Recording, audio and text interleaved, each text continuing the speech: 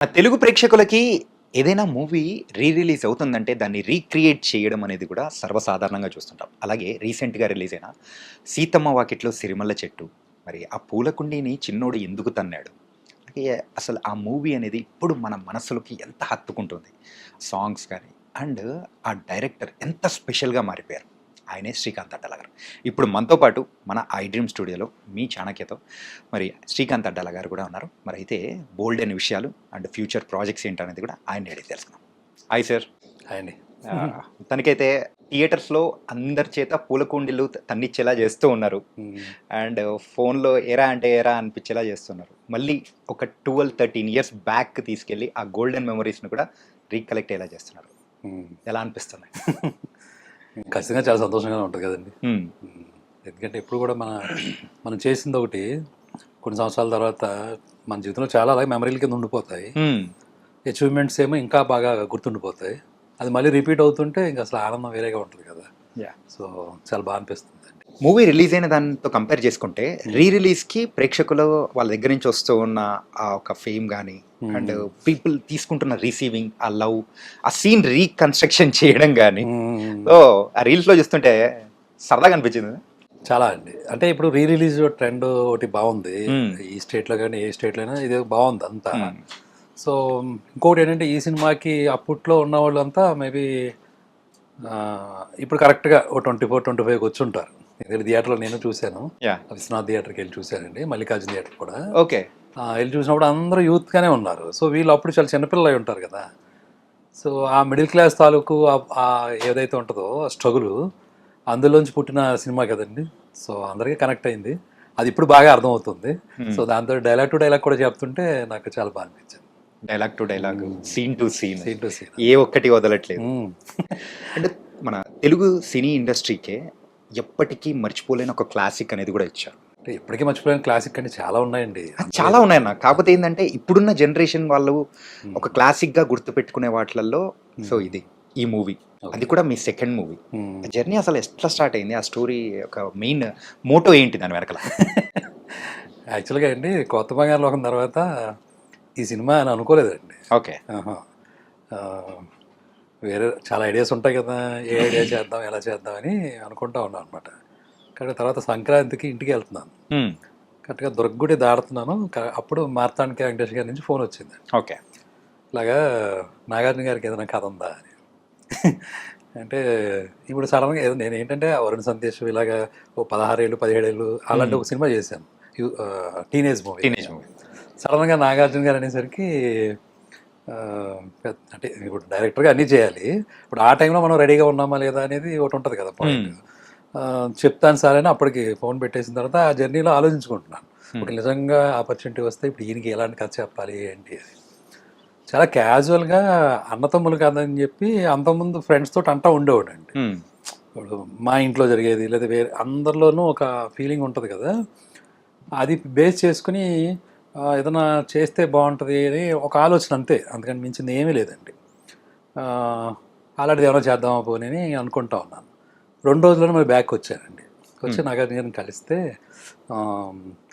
Multi starrer అని ఒక point ఉంది సార్, ఇంకా దాన్ని డెవలప్ చేయలేదు, ఇద్దరు కావాల్సి వస్తారు సార్ అని చెప్పేది అన్న.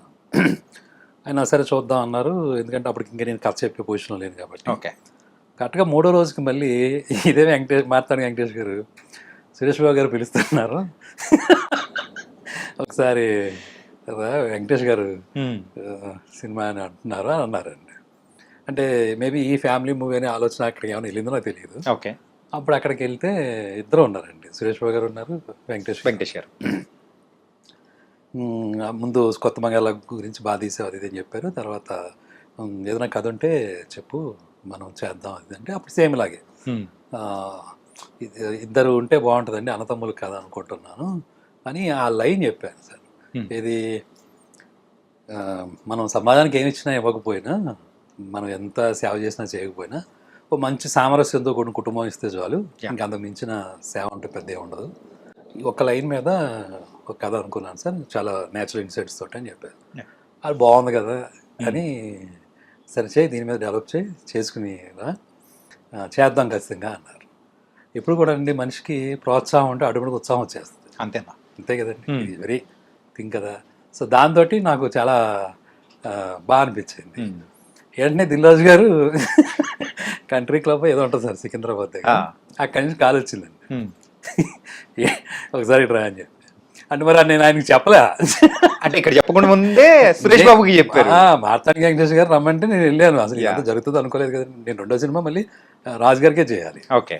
సో ఆయన దగ్గరికి వెళ్తే ఏంటి నువ్వు, లేదు సార్ అసలు ఇది ఏదో అనుకోకుండా జరిగింది, బట్ నేను అక్కడ చెప్పానండి సురేష్ బాబు గారికి, సార్ రెండో సినిమా నేను ఆయనకే చేయాలి అని కూడా చెప్పాను. అది పెద్ద విషయం కాదు, బట్ నువ్వు కథ బాగా చేయి, ఏదో పాయింట్ బాగానే ఉందా అన్నారు. అదే ఆయనకి షేర్ చేశాను. ఆ రోజు అలాగా నిజం చెప్పాలంటే అది వెంకటేష్ గారి వల్ల దానికి ఏమంటారు ఒక అంకురార్పణ. కానీ సార్ ఫస్ట్ రాజు గారికి అంటే ఇద్దరు హీరోస్, అది కూడా పెద్ద హీరోస్ కావాలి అని అన్నప్పుడు అరే అవునా వద్దు వద్దు అని చెప్పేసి అన్న సందర్భం ఏదో ఉందని మేము విన్నాం. ఇది నిజమా? అంటే ఒక లెవెల్కి వెళ్ళిన తర్వాత ఈ డెవలప్ చేసేదంతా మళ్ళీ నెక్స్ట్ వర్షన్ చెప్తాం కదండి. అప్పుడు వెంకటేష్ గారికి మళ్ళీ చెప్పినప్పుడు ఆయన అన్నారండి, ఇది ఏదో చిన్నగా తీసుకుంటే కాదు, ఒక గుండం కథలాగే చేస్తేనే బాగుంటుంది, పెద్ద హీరోలు అయితేనే బాగుంటుంది. ఇప్పుడు నేను నాతో పాటు ఒక పవన్ కళ్యాణ్ లేకపోతే ఒక ఇలాగా అని ఆయన నోట్ అంటేనే 2-3 పేర్లు వచ్చినాయి. నా పరిస్థితి ఎలా ఉంది తెలుసా మీకు? చెప్పండి సార్. అంటే మనం ఎప్పుడు ఊహించిన పేర్లన్నీ వస్తున్నాయి. That is one thing. రెండోది దానికి తగ్గట్టుగా చేయాలన్నా కసి ఉంటుంది కదా ఆటోమేటిక్గా. సో ఆ విషయం నేను రాజు గారికి చెప్పాను. ఓకే.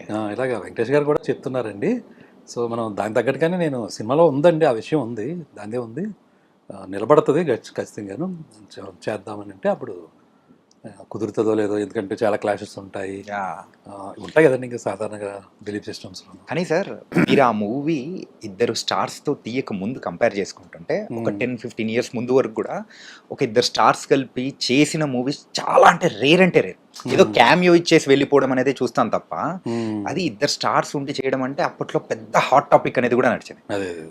మీ మీద కూడా ఒక స్పెక్యులేషన్ అనేది కూడా ఊహించని అంటే రీతిలో పెరిగిపోయే ఉంటుంది కదా ఆ సిచ్యువేషన్ హ్యాండిల్ చేయడం, అది కూడా సెకండ్ మూవీకే. అంటే అది ఎప్పుడు ఆ ధైర్యం వచ్చిందంటే మహేష్ బాబు గారు ఎప్పుడైతే వచ్చారో నాకు అసలు చాలా ధైర్యం వస్తుంది. ఎందుకంటే ఆయనతోటి సినిమా చేసిన అనుభవం వాళ్ళు చెప్పాలండి. ఓకే. వాళ్ళకు తెలుస్తుందండి ఆయన అంతా ఎలాగా చూసుకుంటారో, ఎలాంటి బలాన్ని ఇస్తారనేది. సో దట్స్ సరే. ఏం చెప్పిచ్చారు సార్ మహేష్ బాబు గారిని? ఏం చెప్పి ఇది అది అది చాలా విచిత్రంగా జరిగిందండి.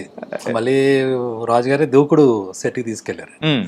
మహేష్ బాబు గారికి చెప్పాను అని చెప్పేసి నాకు ఇంకా బాగా అనిపించింది అండి. ఓకే. ఎందుకంటే ఆ కథ ఊహించుకోవడంలో వెంకటేష్ గారు మహేష్ బాబు గారు బాగుంటుంది అని చాలా కాన్ఫిడెంట్గా వెళ్ళాను. చాలా 15 minutes చెప్పానండి అంతే. ఓకే. చిన్నగానే చెప్పానండి. ఈ సినిమా ఏంటో విచిత్రంగా అందరికీ కొద్దిగా చెప్పడం ద్వారానే ఓకే అవుతా వెళ్ళిపోయింది. అంటే కంప్లీట్ స్టోరీ అసలు అంటే కంప్లీట్ స్టోరీ లేదని కాదు, అంటే ఫస్ట్ చెప్పేటప్పుడైనా కానీ అంటే ఆయన కూడా 15 minutes చెప్పారండి. ఇలా అన్నతమ్ములు మధ్యలో ఉన్న బాండ్ ఏంటి, మెయిన్ కాన్ఫ్లిక్ట్ అండి. అది బాగా నచ్చిందండి మహేష్ బాబు గారికి. అంటే అది ఏదో చాలా పెద్ద విషయంగా ఉండదండి, అది లోపల ఉండే విషయం అది. దాన్ని అప్పుడు ఎప్పుడైనా ఎవరైనా ఎలా చూసుకుంటారు ఒక ఆర్టిస్ట్గా, ఆయన ఓకే ఈ పర్ఫార్మెన్స్ స్కోప్ ఏంటి, ఇది చాలా డిఫరెంట్గా ఉంటుంది అని ఒక పాయింట్ ఉంటుంది కదండి. ఇప్పుడు విలన్ అనేది లేకపోతే కాన్ఫ్లిక్ట్ అనేది బయట పెద్ద బాంబులతో చేసేది ఉంటుంది, గుండెల్లో డైనమైట్లు పగిలేది ఉంటుంది. రెండు ఒకటేనండి.